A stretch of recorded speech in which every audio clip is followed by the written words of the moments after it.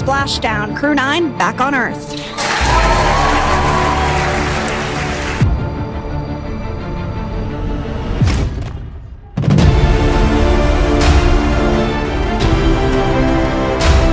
சுமார் 9 மாதங்களாக விண்வெளியிலேயே சிக்கி தவித்து வந்த விண்வெளி வீராங்கனை சுனிதா வில்லியம்ஸ் பூமி வந்து சேர்ந்துள்ளார்.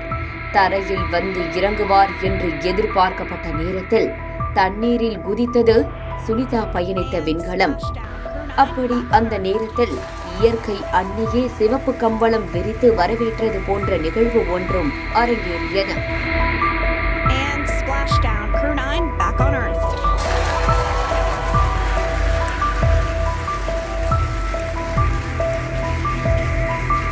கடலில் மிதந்த விண்கலத்தை திறந்த போது நாம ஜெயிச்சிட்டோமாரா என்ற ரீதியான ஒரு சிரிப்பையும் பார்க்க முடிந்தது. அமெரிக்க கடற்பகுதியில் அவர் தரையிறங்கிய போது நடந்த நிகழ்வுகள் கவனம் ஈர்த்துள்ளன. நடந்தவற்றை விரிவாக பார்க்கலாம். போயிங் ஸ்டார்லைனர் விண்கலத்தை சோதிப்பதற்காக கடந்த ஆண்டு ஜூன் மாதம் 5ஆம் தேதியன்று விண்வெளி நிலையத்திற்கு சென்ற சுனிதாவும் வில்மோரும் இன்றைய தினம் அதிகாலை நேரத்தில் பூமி வந்து சேர்ந்துள்ளனர்.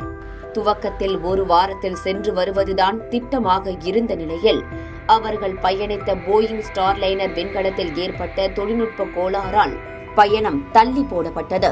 அவர்களை மீட்க தொடர் முயற்சிகள் மேற்கொள்ளப்பட்டும் எந்த பலனும் கிடைக்காத நிலையில் கடைசியாக கை கொடுத்ததுதான் டிராகன் க்ரூ 9 விண்கலம். அமெரிக்காவில் ட்ரம்ப் ஆட்சி அமைந்ததற்கு பிறகு சுனிதா வில்மோரை மீட்கும் பணி தீவிரப்படுத்தப்பட்டது. அதன்படி 4 இருக்கைகளுடன் கூடிய டிராகன் க்ரூ 9 விண்கலம் நேற்றைய தினம் புறப்பட்டது. இந்திய நேரப்படி நேற்று காலை 10 மணியளவில் புறப்பட்டது டிராகன் விண்கலம். பூமியில் இருந்து சுமார் 400 கிலோமீட்டர் உயரத்தில் பறக்கும் சர்வதேச விண்வெளி நிலையத்தில் இருந்து 17 மணி நேரமாக பயணித்தது டிராகன் க்ரூ 9 விண்கலம். முன்னதாக பாலைவன பரப்பில் விண்கலம் தரையிறங்க திட்டமிடப்பட்ட நிலையில் கடைசி நேரத்தில் தரையிறங்கும் இடம் கடலுக்கு மாறியது. அதன்படி அமெரிக்காவின் புளோரிடா மாகாண கடற்பரப்பில் இறங்கியது விண்கலம். இந்திய நேரப்படி இன்று அதிகாலை 3:30 மணியளவில் ஒரு சில நொடிகளில் தரையிறங்கும் நிகழ்வு நடைபெற்றது. பாதுகாப்பான முறையில் 4 பாராசூட்டுகள் தாங்கி பிடிக்க பறவையின் இறகு போல லேசாக தண்ணீரில் விழுந்தது விண்கலம். அப்போது விண்வெளி மங்கை சுனிதாவின் வரவை இயற்கையே வரவேற்பது போன்று விண்கலம் பறந்த இடத்தை சுற்றி டால்பின்கள் வட்டமடித்தன.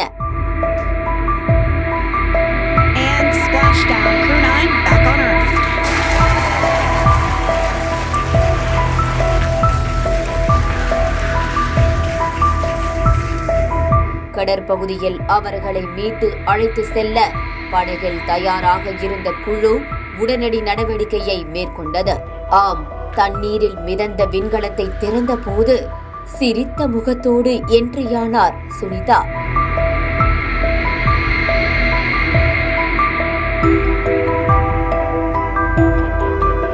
இதுவரை பல்வேறு விண்கலங்களில் பலமுறை விண்வெளி நிலையத்திற்கு சென்று வந்துவிட்டாலும் இப்போதைய பயணம் சவாலாக இருந்ததாகவே தெரிகிறது. சுனிதா வில்லியம்ஸ், வில்மோர் ஆகியோரோடு இன்னும் 2 வீரர்கள் என 4வரையும் அழைத்த நாசா தரப்பினர் கண்காணிப்பில் வைத்திருப்பதற்காக அழைத்து சென்றனர். இந்த விவகாரத்தில் சிறப்பாக செயல்பட்ட ஸ்பேஸ்எக்ஸ் குழுவினருக்கு பாராட்டு தெரிவித்த எலான் மஸ்க் திட்டத்திற்கு முன்னுரிமை அளித்ததற்கு ட்ரம்புக்கும் நன்றி தெரிவித்துள்ளார். விண்வெளியில் நீண்ட காலமாக மைக்ரோ கிராவிட்டியில் பயணித்த சுனிதா பூமிக்கு திரும்புகையில் சூழல் மாறுபட்டதாக இருக்கும் என்பதால் அடுத்த சில நாட்களுக்கு முழுமையாக மருத்துவர்களின் கண்காணிப்பில் வைக்கப்பட இருக்கிறார் சுனிதா வில்லியம்ஸ்.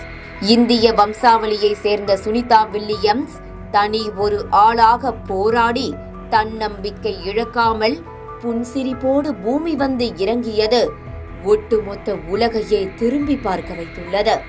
ஒவ்வொரு பயணத்திலும் விண்வெளியில் புது புது சாதனைகளை நிகழ்த்தி நாட்டிற்கே பெருமை சேர்க்கும் சுனிதாவை வாழ்த்துவதில் பெருமை கொள்கிறது நமது புதிய தலைமுறை. வாழ்த்துக்கள் Sunita Williams, you deserve it.